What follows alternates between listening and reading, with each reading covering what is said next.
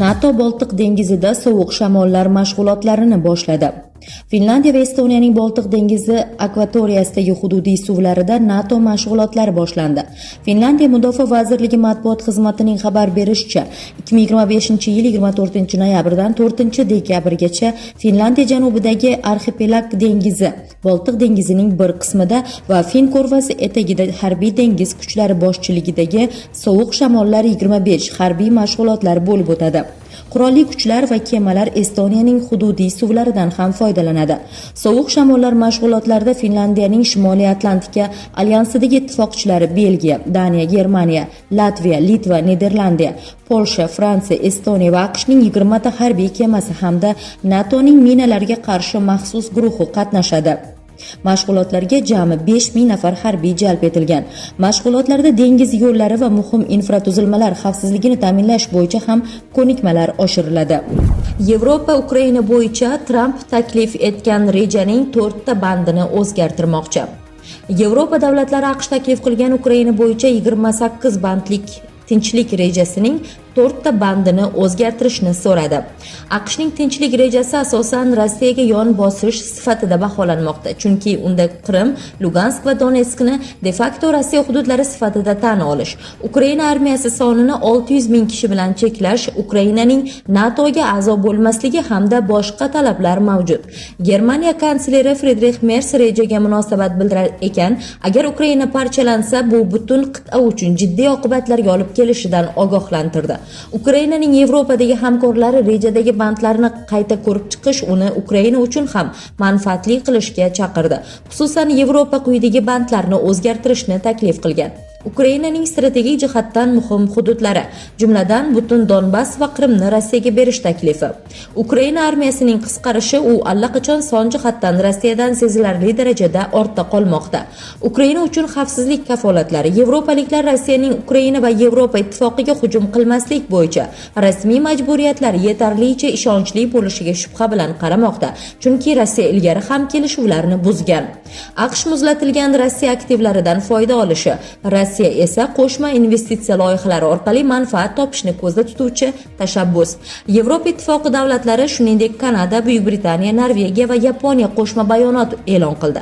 Unda Trampning tinchlikka erishish borasidagi sa'y-harakatlari qayd etilgan, biroq hujjat ustida ishlash zarurligi ta'kidlangan. Ular Ukraina armiyasini qisqartirish taklifidan norozi ekanliklarini ta'kidlab, bu mamlakatni kelajakdagi hujumlarga zaif qilib qo'yishi mumkinligini bildirgan. Ukraina va AQSh tinchlik rejasining aksariyat bandlari bo'yicha kelishuvga erishdi. Ukraina va AQSh delegatsiyalari Jenevada Washington tomonidan tashabbus qilingan yangi tinchlik rejasining aksariyat bandlari bo'yicha kelishuvga erishdi. Manbalarga ko'ra, Jenevada o'tgan muzokaralarda AQSh rejasining asosiy qismi muvofiqlashtirilgan. Munozarali deb topilgan qator bandlar esa qisman qayta ishlangan. Qiyin bo'lgan masalalar qatoriga Ukraina qurolli kuchlari soni, atom elektr stansiyasi ustidan nazorat, asirlar va qo'lga olinganlar almashinuvi formati kiradi. Manbalarga ko'ra, eng asosiy bandlar anneksiya qilingan hududlar bo'yicha kelishuv va Ukraina konstitutsiyasiga NATOga a'zo bo'lmaslik to'g'risida norma kiritish masalalari delegatsiyalar o'rtasida muhokama qilinmagan. Bu ikki masala alohida holda davlat rahbarlari Vladimir Zelenskiy va Donald Tramp tomonidan ko'rib chiqilishi kerak. Manbalardan birining aytishicha, AQSh delegatsiyasi boshlang'ich muzokaralar davomida Kiyevga qattiq ohangda murojaat qilgan. Ular Ukrainada tinchlik rejasi 27-noyabrgacha ma'qullanmasa, qurol yetkazib berish ham, razvedka ma'lumotlari ham to'xtatilishi haqida ultimatum qo'ygan. Qayd etilishicha, agar Kiyev va Washington yaqin kunlarda to'liq kelishuvga erishsa, AQSh rejaning Yevropa davlatlariga taalluqli qismlarini ular bilan ham kelishadi va Rossiyani ishontirish uchun qo'rqitish va rag'batlantirish usullari birlashgan taktikani qo'llaydi. Amerika tomoni hujjatni Moskva bilan muhokama qilmagan. Rossiya prezidenti Vladimir Putin 21-noyabr kuni bo'lib o'tgan Rossiya Xavfsizlik kengashi majlisida AQSh prezidenti Donald Tramp ma'muriyati taklif etgan Ukraina bo'yicha 28 banddan iborat tinchlik rejasi haqida bayonot berdi. Unga ko'ra, ushbu hujjat Rossiya Ukraina o'rtasidagi mojaroni hal qilish uchun asos sifatida qaralishi mumkin. Biroq Amerika tomoni hujjatni Moskva bilan muhokama qilmagan. Prezidentning so'zlariga ko'ra, Rossiyada mazkur tinchlik rejasining matni mavjud va Kreml uni uni Amerika ma'muriyati bilan mavjud kanallar orqali qo'lga kiritgan. AQSh rejasi Ukraina tomonidan rad etilgani uchun uni biz bilan muhokama qilishmadi. Menimcha, Washington Ukraina roziligini ololmayotgani sababli Rossiya bilan bu borada muloqotga shoshilmayapti, degan Putin. Uning aytishicha, Ukraina va Yevropadagi ba'zi siyosiy doiralar hali ham Rossiyani maydonda mag'lub etish mumkin degan fikrlar ta'sirida qolgan. Menimcha, bu pozitsiyaning asosida yetarlicha professional bilim va tushuncha yo'qligidan ko'ra ko'proq real vaziyat haqidagi obyektiv axborotning yo'qligi yotadi, deydi Rossiya prezidenti. Putinga ko'ra, AQShning ilk taklifi Ukraina tomonidan qabul qilinmagani uchun Tramp ma'muriyati hujjatning yangi modernizatsiya qilingan 28 banddan iborat versiyasini taklif qilgan. Bu ham tinchlikka erishishning asosiy platformasi bo'lishi mumkin, lekin hozircha bizning ishtirokimizda muhokama qilingani yo'q, deydi u.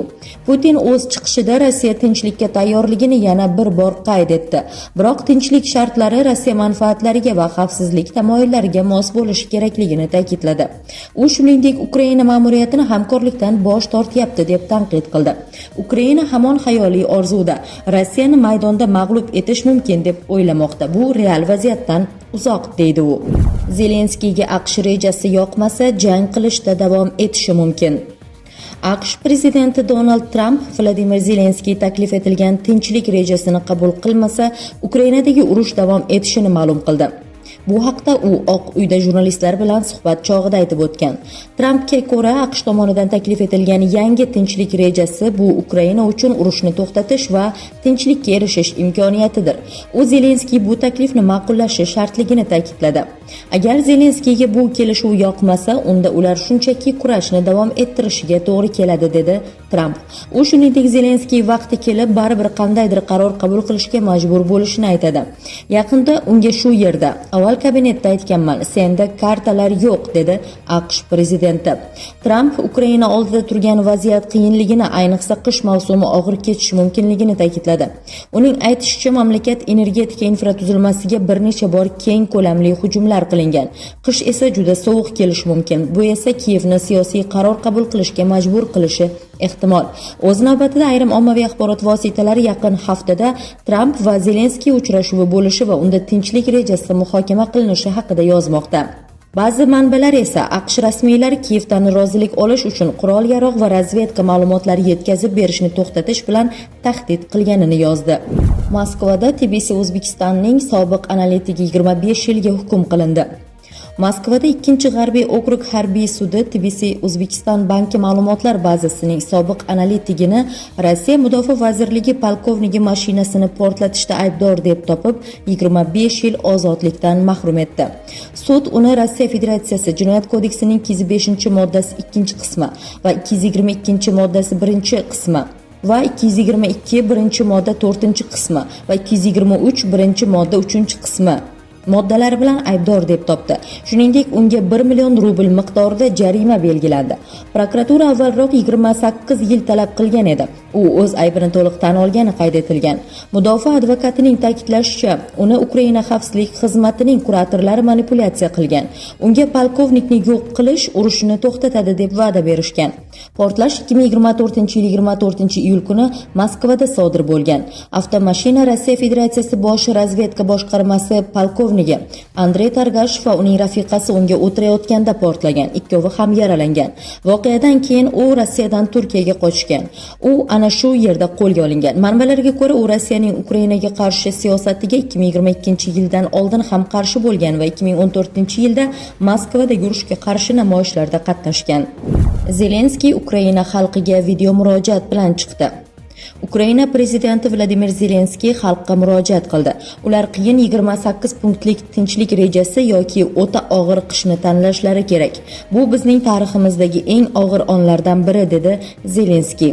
Endi Ukraina juda qiyin tanlovga duch kelishi mumkin. Yoki qadr-qimmatini yo'qotish yoki asosiy ittifoqchisini yo'qotish xavfi, yoki qiyin 28 punktlik reja yoki o'ta og'ir qish. Eng qiyin va keyingi xavflar: erkinlik, qadr-qimmat va adolatsiz hayot va biz allaqachon 2 marta hujum qilganlarga ishonishimiz kerak, dedi u. Bu Donald Tramp ma'muriyatining Rossiya va Ukraina vakillari bilan maslahatlashgan holda tayyorlangan tinchlik rejasi bilan bog'liq. Zelenskiy kecha amerikalik generallar bilan uchrashuvdan so'ng Oq uyning takliflarini muhokama qilishga tayyorligini bildirdi. Uning Donald Tramp bilan telefon qo'ng'irog'i kelasi haftada bo'lib o'tishi kutilmoqda. Ma'lumotlarga ko'ra, Zelenskiy juma kuni vitse-prezident Vans bilan gaplashishi mumkin. Ma'lum bo'lishicha, rejada Ukraina uchun og'ir talablar bor. Bu Donbassdan voz kechish, urushni muzlatish, armiyani qisqartirish va boshqalarni nazarda tutadi.